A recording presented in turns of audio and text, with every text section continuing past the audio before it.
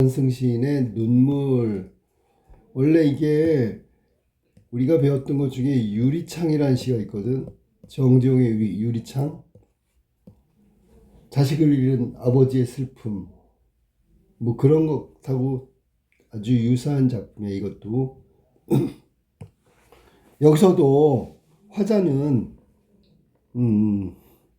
제목처럼 눈물을 흘리는 이 슬픔의 어떤 상황을 맞이한 이유가 아들의 죽음이야. 아들의 죽음. 아들이 죽은 다음에 남아있는 아버지로서의 슬픔. 그런데 슬픔은 자 인간적 감정이지. 요걸 뛰어넘는 걸 승화라 그래. 승화. 그러면 전에 배웠던 것 중에 또 하나가 제망매가가 있지, 그지? 제망매가도 역시 자 누이 동생이 죽었는데 종교적으로 승화했거든. 승화가 극복이라는 의미인데 여기서도 종교적 극복이 나온다고. 종교적 극복. 이거를 승화라는 말로 대체하면 돼요. 자 그러면 한번 봅시다. 자 눈물. 덜어는 옥터에 떨어지는 작은 생명인 거죠. 여기 지금 떨어진다라는 건 우리가 시에서 하강의 이미지라 그래. 하강의 이미지. 작은 생명? 작은 생명. 떨어지는 작은 생명은 여기서는 원관념이 눈물이야. 눈물. 우리가 슬플 때 흘리는 눈물 있잖아. 그지? 그런데 이 눈물은 그냥 흘리고 마는 것이 아니라 부활이 다시 태어나는 거지. 부활의 씨앗 정도로 해석하면 돼. 여기서는. 그럼 결국 슬픔의 눈물은 희생 그리고 부활의 씨앗이 된다. 그래서 눈물은 슬픈 거지만 여기서는 긍정적 인식이 담겨져 있다. 긍정적 인식. 자 그러면 원래는 눈물 속에 있는 건 슬픔인데 여기서는 작은 생명이라 그랬죠. 생명. 그러면 눈물은 구체적으로 흘리는 것. 그럼 구체적인 건데 생명은 이건 추상적인 것으로 바뀌었지. 그 추상적인 의미가 바로 부활의 씨앗이다. 뭐 이 정도로 해석하면 되겠어. 자 여기까지가 일연이야. 일연의 내용은 순결한 생명에 대한 소망이야. 소망 어디 나오는데? 여기 나오지. 뭐뭐 이거죠. 소망 점점점 여운이 남겨지는데 소망을 표현한 거다. 이연으로 가볼게요. 흠도 티도 금가지 않은 나의 전체는 오직 이것뿐 이뿐. 이게 바로 눈물인데 눈물 중에서 어떤 눈물이냐면 정말 순수한 눈물을 말하는 거야. 우리가 가식적인 눈물 이런 거하고 상관없어. 거리가 한참 먼 거지. 순수한 눈물. 흠도 티도 없어. 흠도 티도 없어. 흠이라는 거 티라는 거 전부 다 불결한 건데 그런 것들이 하나도 없다고 얘기했으니까 얘는 순결이지. 그리고 온전하다. 온전함이라는 건 완벽함이다 라는 뜻이야. 나의 전체는 오직 이것뿐이다. 순수한 눈물뿐이다. 여기까지는 순수한 존재로서 눈물을 흘리고 있는 거지. 사면을 가볼게. 더욱 값진 것으로 드리라 올제. 자, 더욱 값진 것으로 드리라. 드리라가 뭐야? 이제 바치는 거지. 그지? 누구한테 바치냐면 뒤에 나온 거 당신이 나오기 때문에 절대자에게 바치는 경건함이야. 경건함. 자, 더욱 값진 것으로 드리라 올제. 나의 가장 나중. 이거는 이제 시적 허용이라고 그러지.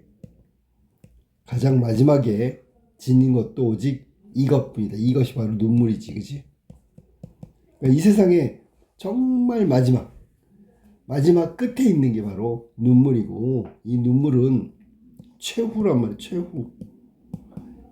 아무리 더욱 값진 것을 올리라고 하더라도 이 눈물만큼은 될 수가 없는 거야. 그래서 여기 지금 사면에서는 가장 값진 것이 바로 이 눈물이라는 얘기를 하고 있는 거야. 그 다음에 사연으로 갈게. 아름다운, 이제 여기서 중요하지. 아름다운 나무의 꽃이 시듬을 보시고 열매를 맺게 하는 당신. 자, 아름다운 나무가 있는데 꽃이 피었어. 그리고 시들어 버렸어. 열매를 맺게 한대. 열매가 바로 여기서는 어떤 삶의 결실이지, 결실. 나무가 있잖아. 열매, 과일을 맺는 건 마지막에 하는 거지, 그지? 마지막에 한다라는 얘기. 그럼 앞에서는 긍정의 의미를 담고 있고, 이거는 또 부정의 의미를 담고 있는 거야. 제일 처음에 꽃이 폈다가 시들어버려.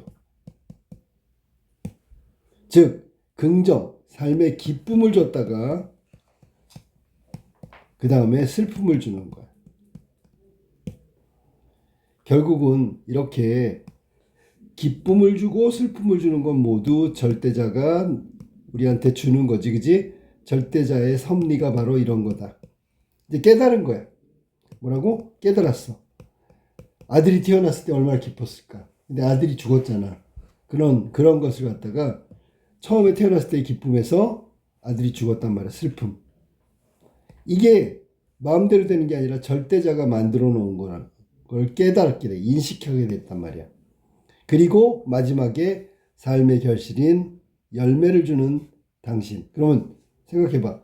꽃이 말이지 시들었어. 그럼 끝난 거냐? 끝난 게 아니야. 이 꽃이 시들었다는 얘기는 다음에 열매를 맺게 하는 거야. 그러니까 이걸 통해서 우리가 해석을 하면 자식, 아들이 태어났다가 아들이 죽었어. 그럼 끝이 아니야. 열매라는 걸 맺게 했다. 이게 뭐 삶의 결실이고 삶의 성숙이고 뭐 이런 걸 맺게 하는 거야. 삶의 기쁨이라는 건 사실은 일시적인 것이지.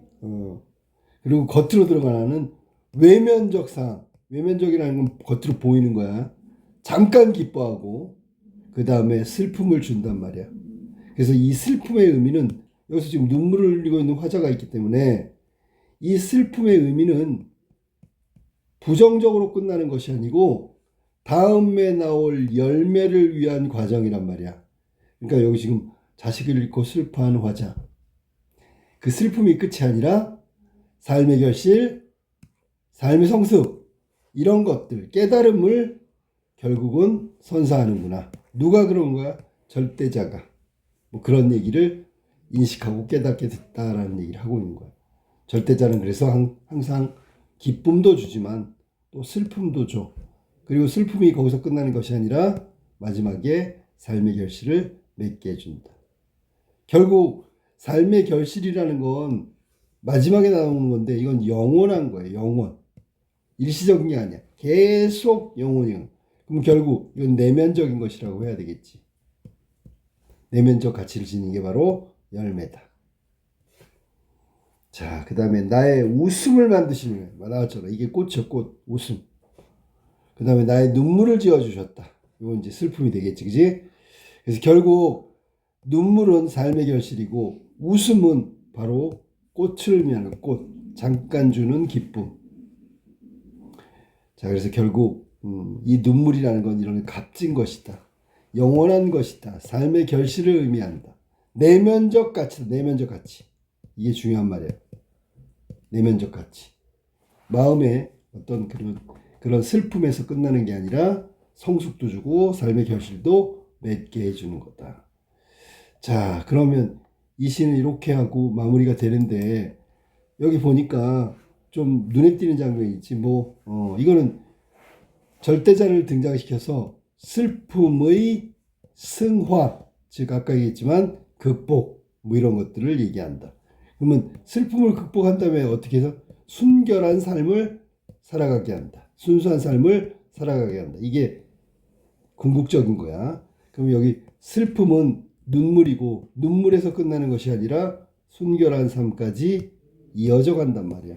그러면 그 출발은 눈물이고 눈물은 단지 슬픔만은 아니다. 라고 얘기하는 거야. 자, 그 다음에 비유적 표현이 많이 나오지. 비유적 표현은 뭐냐면 위에서 볼까?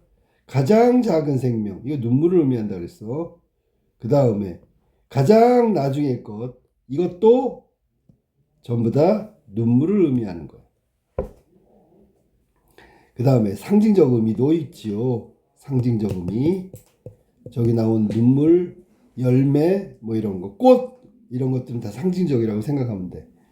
자, 그 다음에 이렇게 절대자가 나왔기 때문에 그 경어체가 뭐냐면 존댓말이야. 존댓말. 존댓말은 경건함을 나타내겠지. 여기 지금 보면 지어주시다 이렇게 경어체를 썼단 말이야. 그리고 경어체는 기원의 의미도 담고 있다. 기원이 뭐야? 뭐 기도하고 바라는 거야. 그런 어조를 띠고 있는 게 이 시의 어조란 말이야. 그러니까 전체적으로 절대자가 나왔기 때문에 종교적이라는 건 경건한다, 경건한 분위기가 경건하다, 엄숙하다, 뭐 이런 걸 느끼게 해줘. 자, 여기 지금 자식을 잃은 다음에 슬픈 화자의 어떤 슬픔은 슬픔으로 끝나는 것이 아니다라고 얘기했어. 자, 그러면 한번 이제 내용을 한번 볼까? 이 작품 시간의 경과. 시간이 경과할 때 정서도 변화하느냐를 물어본 거야. 정서가 변하느냐. 계속 처음부터 끝까지 아들이 죽었기 때문에 슬픔이야. 그런데 나중에 가서 정서가 변한 게 아니고 슬픔의 의미를 깨달은 거지. 심상태는 그대로 슬픔이겠지, 그지? 자, 그 다음에 금방 나왔는데 경어체 문장을 썼냐? 네, 썼죠. 이거는 어떤 분위기를 만들어? 경건한 분위기를 만든다. 이것도 맞는 해석이라고 봐야 되겠지, 그지? 그 다음에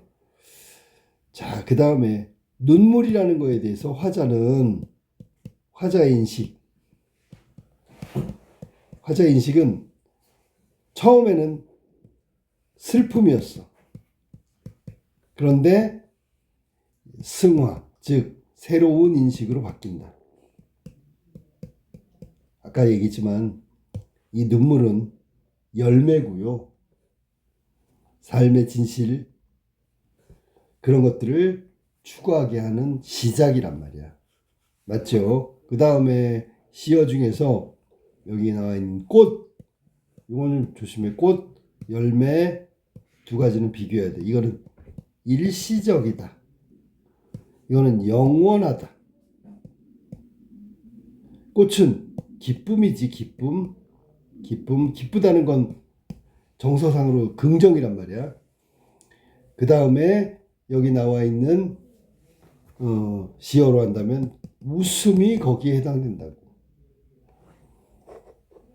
그런 다음에 꽃은 이렇게 다른 의미로 변형할 수 있는데 문제는 나중에 가서는 열매라는 게 영원한 거고 일시적인 거에 반대말이고, 이거는 성숙이랄까 아니면 내면적인 가치라고 얘기할까, 뭐 이렇게 해석하면 되는 거야.